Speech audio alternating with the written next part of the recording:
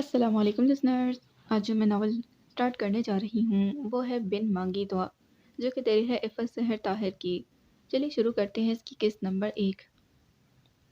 امتیاز Ahmad dining table پر پہنچے تو سوینہ ناشتے کی ٹیبل پر موجود تھیں۔ واہ، بڑی خوشبوئیں لگائی جا رہی ہیں آج کل، سفینہ نے فضا میں سونگتے ہوئے لطیف سا طنز کیا تو وہ کرسی گھسیٹ کر بیٹھتے ہوئے ٹھٹک سے گئے۔